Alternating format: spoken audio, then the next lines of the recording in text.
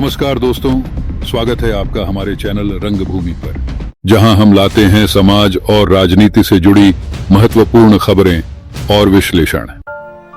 Iraq में 9 साल की बच्चियों की शादी की उम्र में बदलाव करने वाला बिल संसद में पेश किया गया है।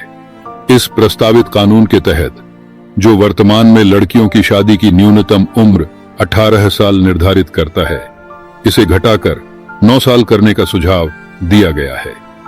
इस कदम के समर्थन और विरोध के बीच इस विधेयक ने पूरी दुनिया का ध्यान आकर्षित किया है। इराक के न्याय मंत्रालय द्वारा प्रस्तुत इस विधेयक का लक्ष्य देश के पर्सनल लॉ में संशोधन करना है। वर्तमान में विवाह की न्यूनतम आयु 18 वर्ष है, लेकिन यह नया कानून 9 साल की उम्र की लड़कियों और 15 साल के लड़कों को शादी की अनुमति देगा। विधेयक के समर्थकों का कहना है कि इसका उद्देश्य इस्लामी कानून को मानकीकृत करना और युवाओं को अनैतिक संबंधों से बचाना है।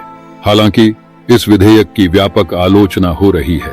मानवाधिकार संगठनों, महिला समूहों और सिविल सोसाइटी के कार्यकर्ताओं का कहना है कि यह कानून बाल विवाह को बढ़ावा देगा और बाल शोषण की समस्या को गंभीर बना देगा। उनका तर्क है कि इससे लड़कियों की शिक्षा, स्वास्थ्य और कल्याण पर नकारात्मक प्रभाव पड़ेगा, जैसे कि स्कूल छोड़ने की दर में वृद्धि, समय से पहले गर्भधारण और घरेलू हिंसा का बढ़ता जोखिम। इस साल जुलाई के अंत में पेश किए गए इस बिल को लेकर संसद में विवाद हुआ था और कई सांसदों ने इसका विरोध किया था। इसके परिणाम स्वरूप प्रस्तावित बदलावों को वापस ले लिया गया था, लेकिन 4 अगस्त को इस विधेयक को फिर से पेश किया गया है और अब इसे संसद में विचार के लिए रखा गया है। यह विधेयक प्रभावशाली शिया गुटों का समर्थन भी प्राप्त कर चुका है, जिससे इसके पास होने की संभावना बढ़ गई है।